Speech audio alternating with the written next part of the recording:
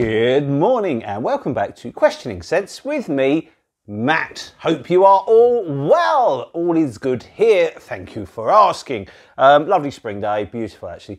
Little bit of a chill in the air in the early morning as I was doing the school run, but a perfect day. It looks like it's going to be dry all day as well. Always a treat. Okay, so I've done the school run. As per usual, running around like a mad thing, just about to go to work. So I thought I'd do a quick review and a long overdue one. I picked this fragrance up towards the end of last year, I think maybe October, November, and I was alerted to it by my good friend, Fragrance Weirdo on Instagram, as he's known, and he was singing the praises of this perfume. So, like a true perfume vampire, I leached my way over to a shop, pounced on a bottle, and it's an absolutely fantastic cheapie.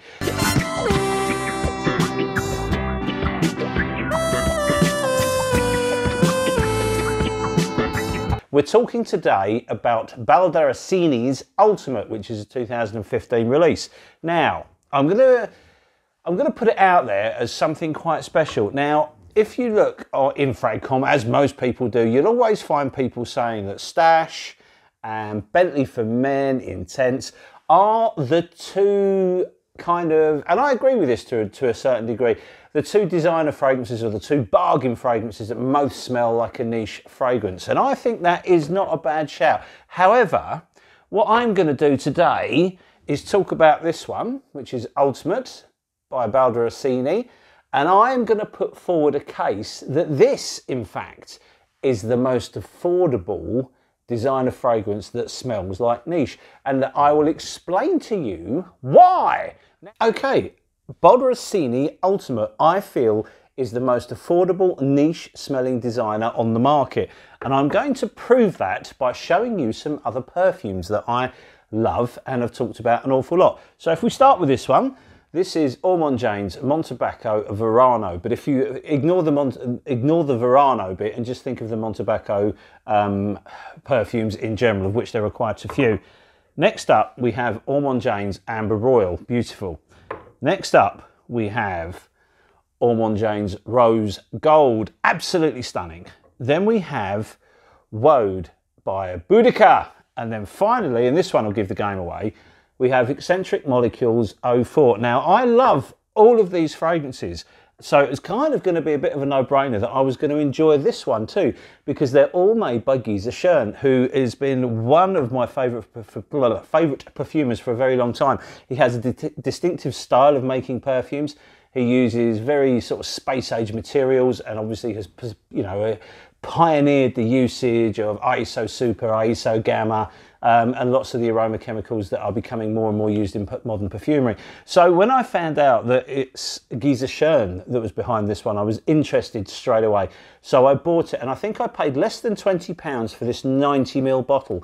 It's a huge bottle too, and it's really, really heavy. The quality of the presentation is absolutely first class. This is stunning. You can take a lovely photo with it. It looks great with any collection, and it certainly does not look like a £20 bottle of perfume. Absolutely outstanding on the presentation front, and I don't normally get that excited about bottles, but seriously, this is beautiful. So most importantly, what does it smell like? Well, I'm going to give it a spray now, and then we'll go through the notes. I'll tell you how it wears, who it's good for, you know, who I think it's good for, and all the rest of the normal stuff. So little spray now, as you would imagine. I'm wearing it, so we'll have a little spray on that hand and another little spray on that hand. Atomizer is perfect, does exactly what you want it to. It gives a nice healthy cloud. Okay, so let's get into the notes. On the top you have pink pepper and mandarin orange with bergamot, and then in the mid you have magnolia, you have freesia, and you have jasmine. Then on the base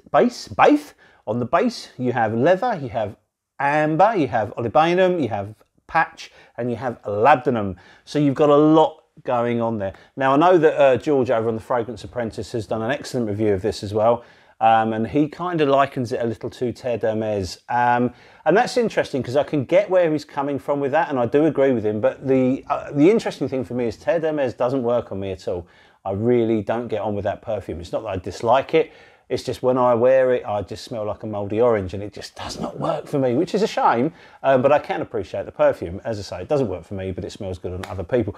I think there is some key differences between this and Terre d'Hermès that work for me, because I think, you know, this smells awesome on me, and I really, really enjoy it. You have, to me, a very warm, quite sweet, punchy citrus style opening, where the citruses are kind of running riot, but they're backed up with this really, really punchy peppery note, which is kind of very similar to quite a lot of other of Guy Zachéron's perfumes. You'll notice that this sort of pepperiness is there. As the perfume develops, you do get the florals come in, but don't worry, it doesn't suddenly become this like massive floral perfume. It doesn't. They kind of just mute the sharpness of the citruses, and they just give a little bit of an airy nature to it. This is a really, really nice stage in the perfume's life as well. You love this sort of airiness. It just pushes the perfume out wonderfully. Now, as it dries down, you do get some slight leather to it, and the ambery warmth does come in. There's a little bit of patchouli, but the other notes just kind of all blend in. Now, if you're familiar with the way that Guy Zachéron puts a perfume together, you'll notice that it's incredibly difficult to pick out individual notes. He's well known for it, and he does it very, very well. So what you have is a very smoothly blended, modern smelling perfume. Now, despite the fact this came out in 2015, it smells like it could have come out yesterday. There's no aging to it at all. It's not, it wasn't following a particular trend or caught up in a trend when it came out. So it gives it a modern, timeless feel, which I think is excellent. Now, I think ultimately the amusing thing with it, I think the company's slogan was "This separates the men from the boys," which I find highly ironic, because for me, it's a perfume that can be worn by men and boys quite comfortably. It's one that I think has got enough sweetness that it will appeal to the thrusters. Your younger thrusters will like this one, and the more mature fragrance enthusiasts, such as myself, will absolutely love it. It's a really, really interesting one. I love the warm sweetness of the opening. The citruses and that punchy pepper just lift this perfume out. And I think because of that, it's going to be a little bit like Amber Royal, which is an amber ice. You know, in my video on this one, I said that this was an amber that can be worn all year round, and I stand by that. And into that respect, I think this one can as well. I think it's going to be beautiful on well, I know it is. It's lovely on a spring morning. I think it'll be nice on a summer morning. I don't think I'd like to wear this in high heat. I think there's too much warmth and leatheriness in the dry down. But I think a summer's evening, this would be very, very nice. On a winter's day, it'll be perfect. On a cooler, you know, sort of autumnal evening or an autumnal morning, this would be really, really good as well. So basically what I'm saying is it can be worn all year round, but try and avoid it in the high heat for me personally anyhow. As I say, it's ageless. Anyone can wear this. If you are, you know, like me, you quite like a masculine leaning perfume, you will enjoy this one. If you're a woman and you like a slightly masculine leaning perfume, you will certainly enjoy it. I think it will smell lovely on a woman. Because the way the perfume's constructed, you know, it's obviously pitched towards, you know, towards being a masculine fragrance. But because of the blending and the way it kind of works and bounces around, it's certainly a unisex perfume to me. When it comes to performance, I do wish it was bigger. It lasts on me for about 4 or 5 hours, maybe 6 at a push, with some good projection and good sillage in the first hour or so. I would love for that hour to have been 3 hours, and for that sort of 5 or 6 hours to be 7 or 8 hours. When I wear it to work, I do kind of lose it towards the end of my shift as I'm coming home. It's a very, very faint skin scent. So performance-wise, it's no beast at all. It's probably average to slightly lower than average, but, you know, I will forgive it for that because it's such a beautiful perfume, one I really, really enjoy. And the fact that it can be had for such a little amount of money makes it an absolute steal. So if you're looking to buy a perfume for not a lot of money and you want something that smells fantastic and you're not that fussed about performance, this is really, really a good option for you. If you're looking, you know, for a cheap beast mode or something like that, no, don't bother. You know, this one is certainly one where it's about the smell, not the performance. And, you know, I think that should be the case. I'm a big, you know, I love performing fragrances and I love, you know, big hitters. I like beast mode frags and stuff like that. I always have done. And that's a lot to do with work. When I'm at work, I like to be in a nice cloud of perfume, shall we say. You know, I work on my own most of the time, so I can go heavy and it doesn't offend anyone, put it that way.